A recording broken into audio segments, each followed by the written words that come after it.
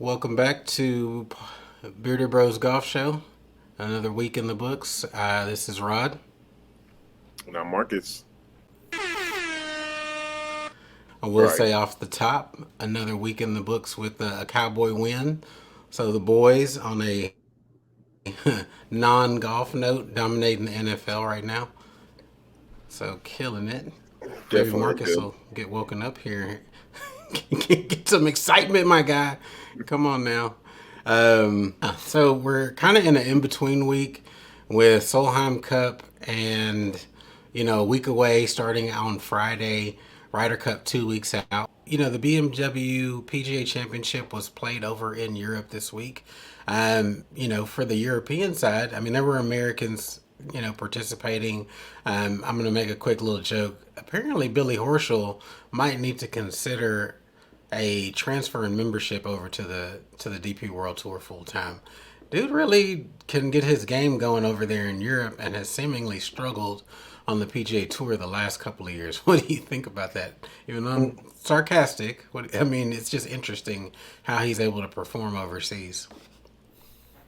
Well, I mean, he does have his full status though over there on the DP World Tour, so he's been doing it for a while. I mean, he's been competing over there in their little championship, and I said little championship like it's not a big tour and everything like that. But yeah, he's long time DP World Tour member, so I mean, it could be something he could go off to and retire to, and tries to play a lot of their staple events, and the what does he call it? I mean, like the tradition of it all. He's even getting into the notion that it's like their major over there and it's kind of like the players championship to them and stuff like that. And it's like, I mean, I could see that as its pedigree, but I mean, when it's like 2 weeks before the Ryder Cup, that just seems like it's like a mid-season tournament to me. I think if you want to be that pedigree, it needs to be held within that, cut off everything else. Shouldn't be any other, alike events going on when that's going on.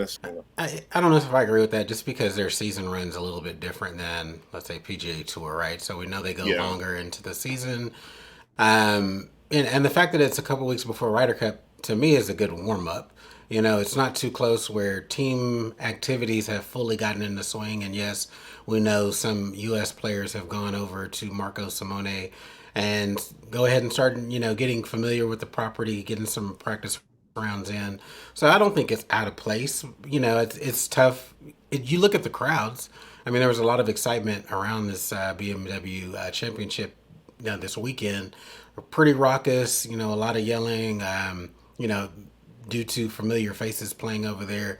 A lot of cheers for Terrell Hatton this week as well. John Rahm showed up and played well. I mean, honestly, when you look at the folks that really performed, going into day three, and yes, there was some shuffling here on the final day of the tournament, but Ludwig Aberg played well. Tommy Fleetwood, John Rahm finished, one spot out of the, lead. Terrell Hatton, same, Sepp Straka, which I know you were down on him a couple of weeks ago as well. He performed in this tournament as well. Victor Hovland, not so much a great week, but was hanging in there, top 20, going into day four. So, it was giving them a chance to perform and get their games back in tune, especially if they've been sitting out since the FedEx Cup a few weeks ago. Get the clubs back in motion, some serious tournament play. And, Aberg, I didn't, really made a note of this, but his first foray into, he's never played a major. So him playing on the Ryder Cup yep. is a first time ever. Hmm. Nuts. So performed. I mean, the game looks easy to him. He struggled a little bit day four and the final day of the tournament, but super talented dude. And I'm leading into some things here with our U.S. team. Over on the U.S. side, we had Max Homa and Justin Thomas playing this week as well, which they both have looked pretty solid and steady, hanging around the top 10 for Yep. most of the weekend. And we were really apprehensive about what JT was going to show, with the exception of Zach Johnson. And it kind of starts leading into some things that I'm having some trouble with as I'm thinking about the Ryder Cup approach from the U.S. side. So Zach Johnson went into the week saying he wasn't concerned about how Max Homa or JT performed in the Fortinet Championship. I I personally do not like that approach in terms of I think it matters. I mean, we've seen JT struggle, and I get it. You want to be a team guy, but I don't think there's anything wrong with putting pressure on him and saying, yeah, it actually does kind of matter how you're playing 2 weeks before, after you've had really the worst season of your career.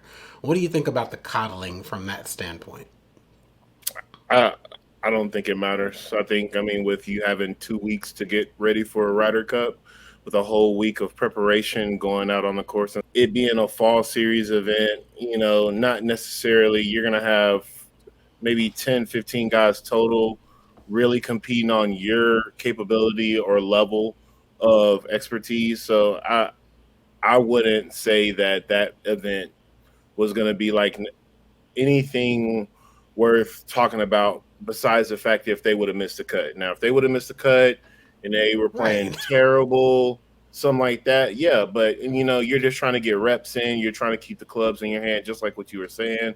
I don't think it's really that big a deal. I think what they see in this week prior, coming leading up to it, I think that's what's going to matter. And I think that's what he was trying to do, is try to take some of that pressure off so that when it comes to the competition, all the pressure will be in the right places.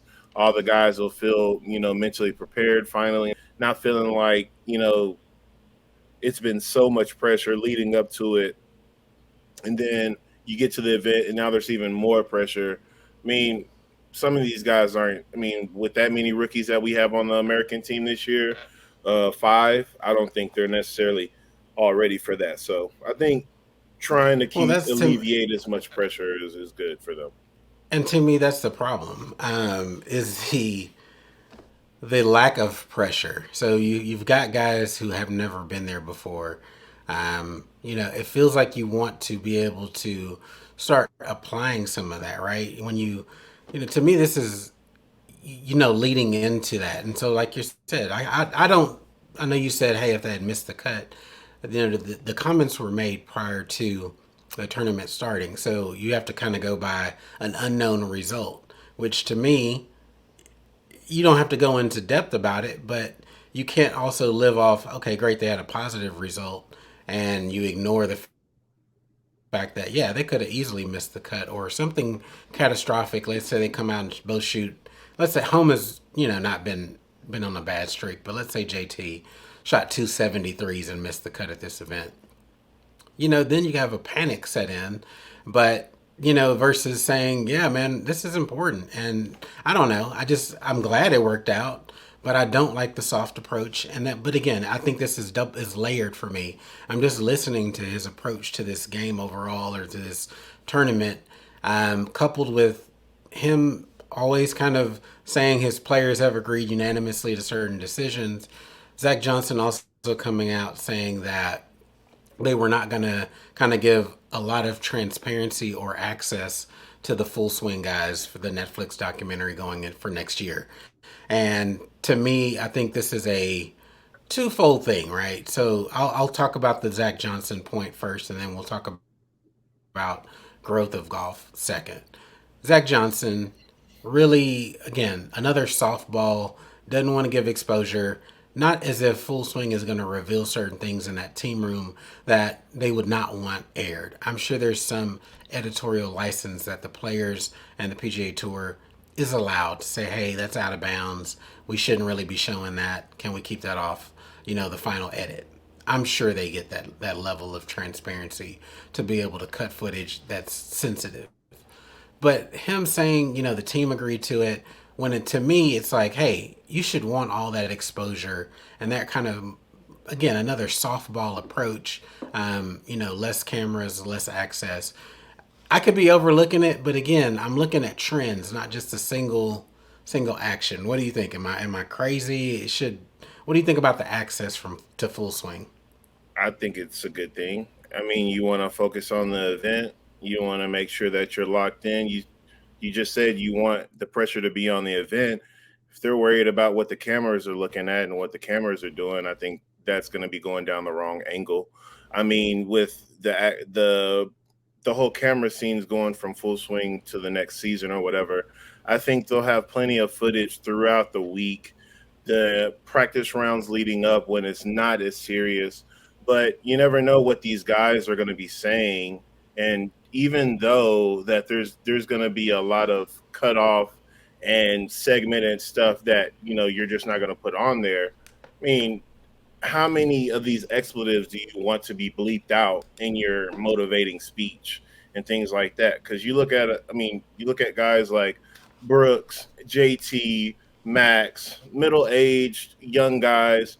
They're not going to necessarily hold their tongue. They're not going to be Zach Johnson. Hey, guys, we need to put it in the right place and da da da da da. Their message is going to be a little bit more vulgar. So you might not want to be laid in that line, especially on a Netflix special that you were just starring in, and that a lot of people either gained a more fanship for you or kind of gained a more respect for you. Especially like JT, he won the PGA. It looked really good in the light. Brooks, he had the whole injury that he was battling, and then he went over to live. So then he was like, I don't know if I can win anymore. So he really started, harping on people's heartstrings and stuff like that. So they're trying to get their persona together as well. I Yeah, think but it's okay. I okay, don't think that it really should. I mean, personally, I don't really think it should be a lot of cameras in I there. get it. Anyways, Okay. I mean, on I either get on it, either but to side. me, so if we saw 7 episodes, I believe it was, of Full Swing last year, imagine how many thousands of hours of footage that they actually had to then condense it down into those stories, right? You know how many people were not featured, how many golfers on a tour where weekly 140 something guys tee it up every week. You only get to Yeah. see a handful of stories. And so, I don't know. Access to me is not that crucial, but the fact that it was discussed, and they made a story of it, right? I think feeling like you needed to announce that. I, Again, I just do not like the way that Zach Johnson is handling this team, which has me super nervous with the Europeans really. I feel like doubling down and getting into the mode of competition. When on the other side, Zach Johnson is coddling folks. And again, I'm an American. I hope and I'm rooting for the U.S. team, but something in the pit of my stomach doesn't feel very good.